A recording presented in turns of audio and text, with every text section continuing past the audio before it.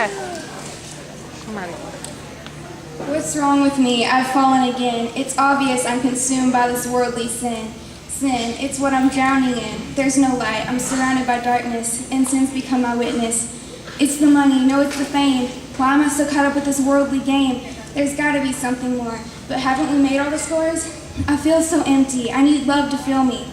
But next day, turn the page. I become secure and engaged. Sitting on the bus, I hear someone discuss something about a certain book and how it's not about the looks and how the devil tricks and we believe, but then you just turn back to John 3:16. Next thing you know, I'm filled with satisfaction because I let my new God do his evaluation. It was a painful surgery, but now I'm clean, as white as could be. Now, if sin's your contentment, what's going to happen on the day of judgment?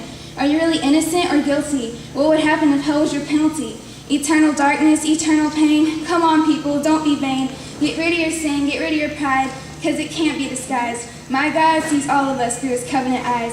So let him evaluate your lives, because you cannot hide. He's the King of kings, so to him I will sing. To glorify his name, I have been changed. I can't be the same. With God I remain.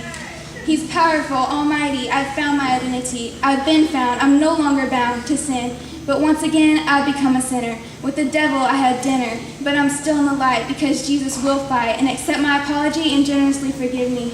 So on the day of judgment, I'm not afraid because I am saved. I did the ABCs, accept, believe, confess, and I'll try to sin less.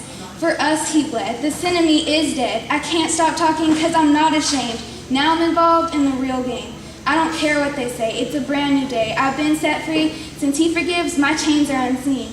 Being a Christian, I'm taking a risk, but there's something about God that I just can't resist. So God, break me, shake me, reveal your good news. For it's you, oh God, that I just can't refuse. So I'll read your word. To unbelievers, it may sound absurd. They'll call me crazy, but I ain't. What am I? I'm a saint. And he's Lord, you see. There's more to life than trying to be popular in the world's eyes.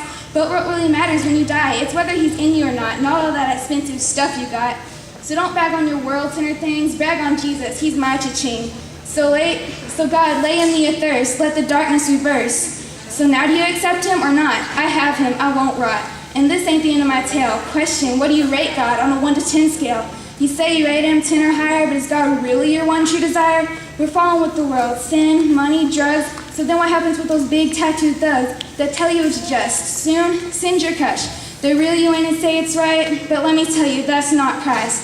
Through him, we're redeemed, but looking back, sin seemed so fun, so cool, so living the life. But you're not living life if you don't have Christ. He was bound to the cross like we're bound to sin, but that doesn't mean it's the end. He died, yes, but the third day he lived, so we can live too, because he forgives.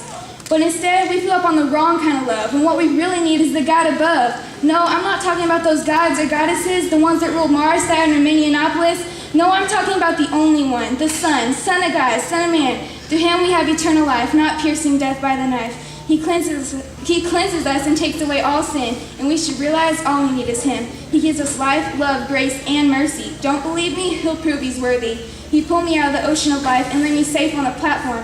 Now I mustn't remain lukewarm. You can choose hot or cold, life or death. Nothing's in the middle, so now what's left? Jesus, yeah, he's the one I've been talking about, the Son. He's Lord of creation, he's my salvation. Without him, I'd be dead. Why, his body represents the bread. He rose from the dead. He's the truth, the light, and the way. So give it to him so you don't go astray. He's all we need. He protects us and loves us. So why are we still filled up on such worldly lust?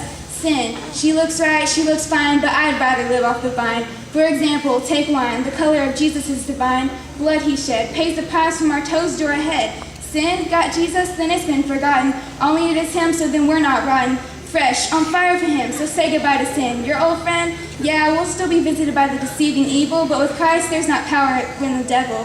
Tap, tap, tap, you hear the knocking? That's Jesus, so don't keep blocking. For Jesus defeated the grave, so now my friend, I hope you are saved. Roses are red, violets are blue, I choose Jesus, do you? Woo!